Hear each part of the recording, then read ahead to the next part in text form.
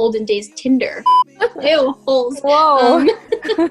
Huge red flag if they make you feel that way. Well, there was a lot of real crying before the video. Okay, Amy, you have a better coping mechanism than I do. It's fine.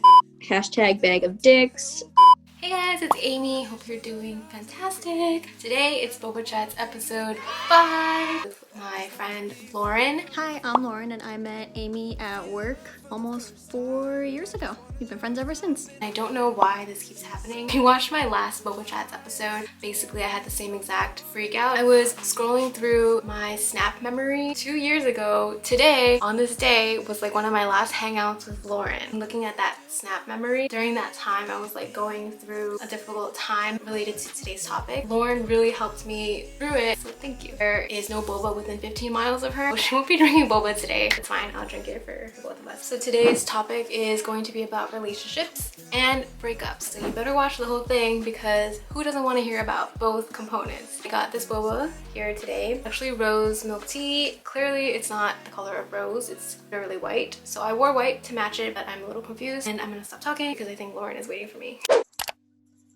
Lauren, are you there? I'm here. What's up? Talk about relationships now before it gets dark. Very, very single, but I'm moving soon, so not trying to get attached to anything. I guess you could say I'm focusing on me, but I just pretty much always focus on me, so it's not news. I'm like picturing that emoji, like the hair flip. What would you say is a healthy relationship? My parents are so happy and so in love and have been together since they were like 16 and 17. The goal, I guess, is to like, did you watch Bridgerton? Yes. Okay. The goal is to what? Be like the Duke? Or be with the Duke? No, now you have to put Bridgerton spoilers in your algorithm thing. You know how Daphne is like, Mama and Papa, just love like this. And she like wants to emulate her parents and like, it's like that. It's like that. You know, I see them fight, deal with things, but like they deal with things together. It's like a partnership. As equal as it can be, but on some days, if you can only give 20%, then your partner has to give the extra 80% for both of you. Do everything you can to make the other person happy. And if you both do that for each other, then that would be great. That would be great. I think the core foundations of a relationship, the absolute minimum requirements, trust, loyalty, respect. Without any of those things, like you can't have a relationship with anyone. And then on top of that, other things you mentioned too, genuinely supporting each other and wanting to grow together. I don't know if you agree or if this sounds really weird. If it's like just really easy, the relationship is really easy and you can be yourself around them, I think that is like a huge sign. Like I am with someone who I can't be myself around. And I didn't realize that it could be so simple and drama-free. Like I thought relationships had to like be kind of difficult constantly, but obviously it doesn't. It should be really easy. For sure. How do we keep a relationship going? I think there just has to be like a lot of really open, honest, and vulnerable communication on both parts. But most importantly, I think there has to be a want to like move forward and grow with the person, because if that's not there, then you can't make somebody change. They have to want to change. True. Learn that the hard way. Mm-hmm. Communication is foundation, if you will, Yeah. for keeping a relationship going. But there's like a lot of other little things that help too. Remembering the little things. Do you think that surprises are important too? Like every now and then, like no matter how small, don't stop putting in effort. Yeah, you definitely have to remember the little things and like the little surprises. I live off of that stuff. Like my love languages are definitely quality time, acts of service. Because if I mention in passing one day, oh, you know, my car check engine light keeps coming on and I keep checking the engine, but I don't know what I'm looking for. And then if my car magically gets fixed, that would be great. And I would be like, oh, you listen and you care about my problems. And yes. Or you're like, hey, would you like me to show you how to fix this? Little things, definitely super important. Like you can't let that slip. If you know your partner's love language, making the other person feel loved and appreciated is super important. Making time every day, even if we're really busy, and that is super important. It might sound a little backwards, but I feel like also to keep a relationship going, I think it's important to like have your own hobbies too. You have to have common interests, do things together, make memories together. But if you don't have your own hobbies and you do your own thing, I don't feel like that's healthy and you're just kind of relying on the other person constantly. Have your own hobbies. Get your own things that bring you joy so that you can spend time apart and then come together and have something to talk about. That's so true. What are some specific tips that you have for resolving conflict in relationships? Biggest thing that I can say for a tip is what I learned in this book, Difficult Conversations, is separating intent from impact. Bob and Jane. Okay, Jane's really hard at work. She is working super, super late. Bob asked her to do the dishes. She didn't do it. Basically, the impact of her not doing the dishes to Bob is that she doesn't care. She's lazy, but that wasn't her intention. Her intention might have been that she's working really hard at this job so she can finish a project to take time off to spend more time with Bob. Yeah, I've never thought about it that way, nor heard of anything like this. It's separating the intent from impact. Like, somebody wrongs you, especially if it's somebody that you love and that loves you. 9 times out of 10, they didn't mean to do it. Like, they didn't mean to make you feel that way. So it's important to think about it from like a third person in the room, be neutral on both sides and not take anybody's side. I was thinking of it in a way that you and your person or you and your partner have to be a team against the problem. You and me against the world, like that kind of mentality. I think that can definitely be very helpful, and you can work together, solve the problem, and I think that makes your relationship stronger and you grow together. I feel like if I view conflict in that kind of light, it almost makes it easier to get to the root of the problem together. Oh, and I think it's super important to not blame your partner. Playing the blame game can feel good for about a second, but it's not helpful to solving the problem almost ever. I saw this TikTok once. This girl was trying to teach her boyfriend a lesson. So she took like an egg out of the fridge and then she broke it on the floor, and then she's like, "I'm sorry" to the egg. And then she told her boyfriend, like, "Do you see? Like, do you think that solves anything?" I don't know. That TikTok is like stuck in my head. No, that's totally true. Actions definitely speak louder than words. I need to hear the accountability. That's what I need. If you keep doing the same thing and you just keep apologizing for the same thing, that's not going to fly. Action needs to be taken and change needs to be made. Yeah. That is the key to like the right apology. I was curious if you think social media ruins relationships. I don't think I would play the blame game and point the finger solely at social media, but it's just technology and society that keeps evolving. Did newspapers ruin relationships in the 60s? People put out ads when they were single. I learned this recently. Single young female, gifted at piano, looking for a mate. Olden days Tinder. I think we can blame social media for some relationship problems, but it's also like you have to blame the user. Some guys like going and liking a bunch of these girls' photos and it makes his girlfriend uncomfortable, then it's not social media's fault for having those pictures up. They need to have a conversation, and maybe he's not aware that it makes her uncomfortable. Like what you said, it depends on the user. Like drugs, but anyways. Yeah, I was thinking like end user. Also, if someone uses social media as a way to like compare to other people, then that kind of sets up a lot of issues for the relationship. Your point before, if you point out to your boyfriend that so-and-so makes you uncomfortable, liking all those girls' pictures, whatever it is, if they don't take your uncomfortableness and try to make you feel better, maybe that is an issue. Or do you think like they shouldn't change? Social media is just social media. Like, I don't know. There's like weird debates on that. Like I said before, you should do what you can to make your partner happy, and a big part of that is making them feel respected, comfortable, and secure. If I'm that girl whose boyfriend is liking a bunch of pictures and I feel uncomfortable about it and I tell him and he keeps doing it, that's going to make me feel some type of way, and I'm not going to like that. But at the same time, maybe I also need to look at my insecurities. If it's a problem, maybe both of us need to change, or maybe he just respects me enough not to keep liking the pictures. Who knows? Yeah, I don't know. It's complicated. Like, you have to find a common ground. It's not that hard to not like pictures either. Like, you don't have to. No one's forcing you to do that. With all of this, I just feel like if you're with the wrong person in general, then even something like social media can be an issue. I feel like if you're with the right person, it doesn't even really have to be an issue. You don't feel the need to make it an issue. Anything can ruin your relationship if A, you let it, or B, it's not meant to be. Okay, Lauren, shall we talk about breakups now? We shall. Some like general ones are not making an effort, not trying to get to know the other person better, trying to be too controlling, manipulative, gaslighting. That's a big one. Not wanting to learn and grow from the other person, because to make a big relationship work, I don't think it's two halves of a whole. I think it's like one whole coming together to make a bigger whole. Ew, holes. Whoa. Okay, let's try this again. One being coming together with another to make something great. You shouldn't need the other person to complete you. You should complement each other and bring out the best in each other. Mm-hmm. That would be a green flag for me. Okay, well, my question was about red flags. Well, I sort of answered it.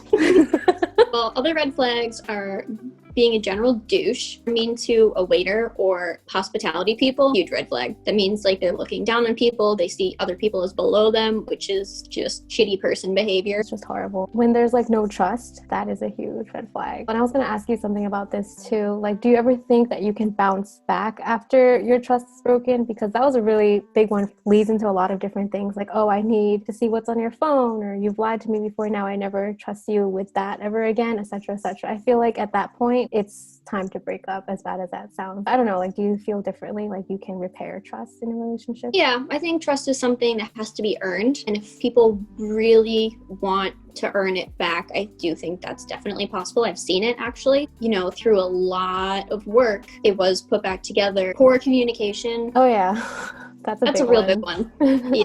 Or like having certain topics that are off limit. People don't like to talk about certain things. That's fine. You don't need to pry. But if it's like fundamental part of, a relationship and a future together, and one person just refuses to talk about it, I think that's a big red flag. That's true. But do you think like that can be improved over time? A lot of things I think can be improved and worked on, but there has to be, the desire and almost the need to work on them from both parties. I think another red flag, it's something you may not realize in the moment, but it's if you're unhappy a lot, I think that's a red flag, a sign that you may need to let go. You're not going to be happy all the time, obviously, in a relationship, but I feel like if you're unhappy more than you're happy, that is a really big problem. You might not actually even like each other. I don't know if you know what I mean. Like, you can like another person, you genuinely want the best for them, but like, do I really even like you? Yeah, you can definitely love people without liking them, for sure. But yeah, that's like a really mature way to look at things. Another red flag is, I don't know if you ever felt this before, but if you feel alone even when they're there. I'm an introvert. I don't mind being alone. I can be alone in my room for days, whatever. That's fine. I don't see a problem with that.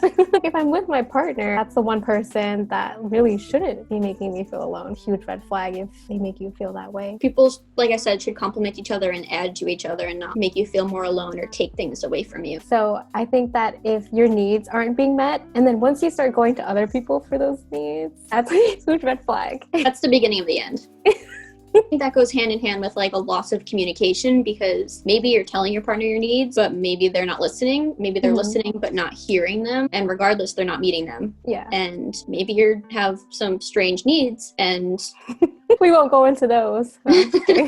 How do you heal from a breakup? What are some tips in that area? This is something that you really helped me with 2 years ago on that fated day in that Mexican restaurant.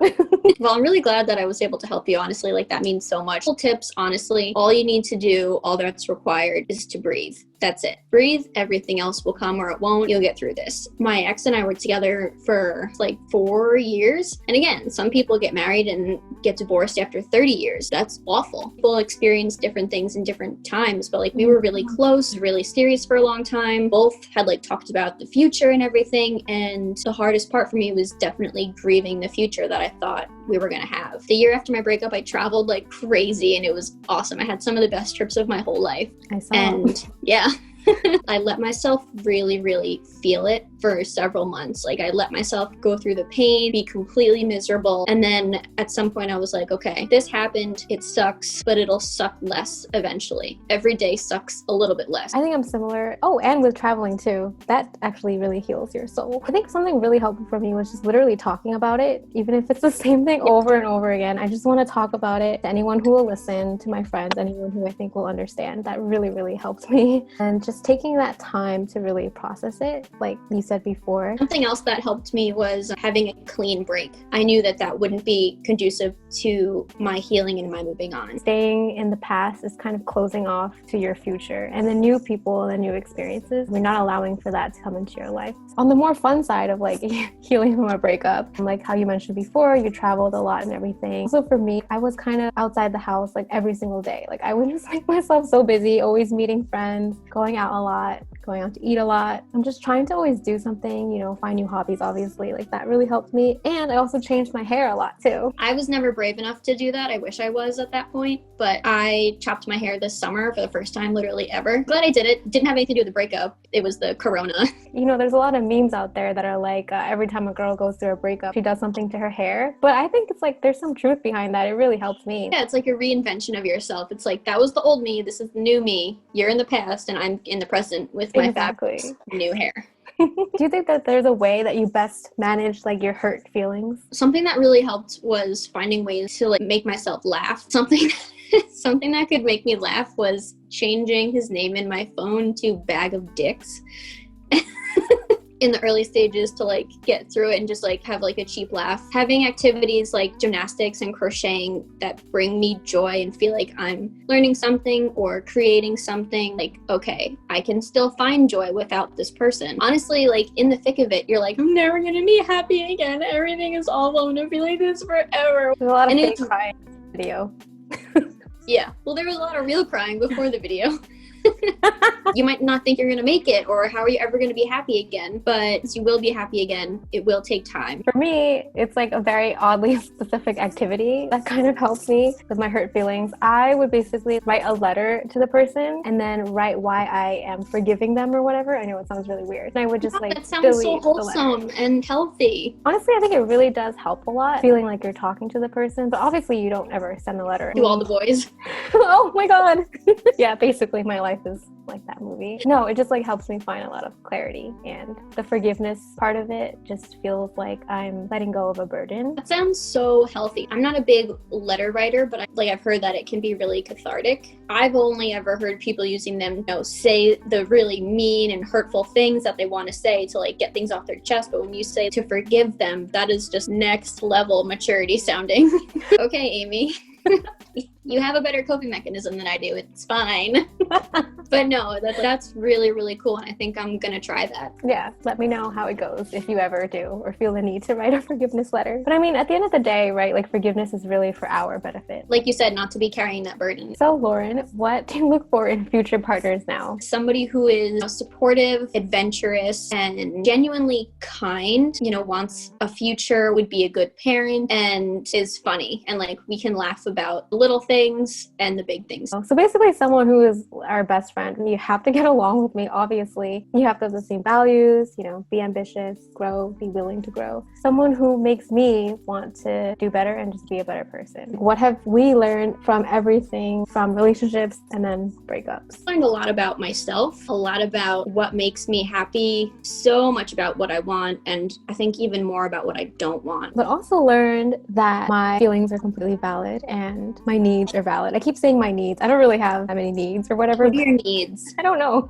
But back then it just felt like I was asking for too much. But really now I'm like realizing I literally never was. I was just, you know, asking the wrong person. That was a huge lesson. That's so key. I wasn't asking for too much. I was asking the wrong person. Screw, live, laugh, love. I love that. What did you learn like from your breakups, I guess? I learned that I'm capable of a lot more than I thought I was. I'm stronger than I thought I was. I can be happy and stable and fabulous on my own. Learned things that I could do better. The reason that the relationship didn't work out wasn't just because of him. It was because of me too. I feel like the biggest thing also that I learned is really how to let go. I have like an issue with letting go of things, people, everything that I once had an attachment. I think letting go has a lot to do with like the forgiveness aspect. I guess you can say at the end of the day, we learned a lot from the relationships. And I think even more from the breakups, actually. I mean, the bad times make the good times better. It's true. You can't really appreciate all the wonderful things that you have until, you know, you're at rock bottom and you're like building yourself back up. Well, I think that is the perfect note to end it on. I did prep some notes. Oh my god, you had a notebook there the whole time?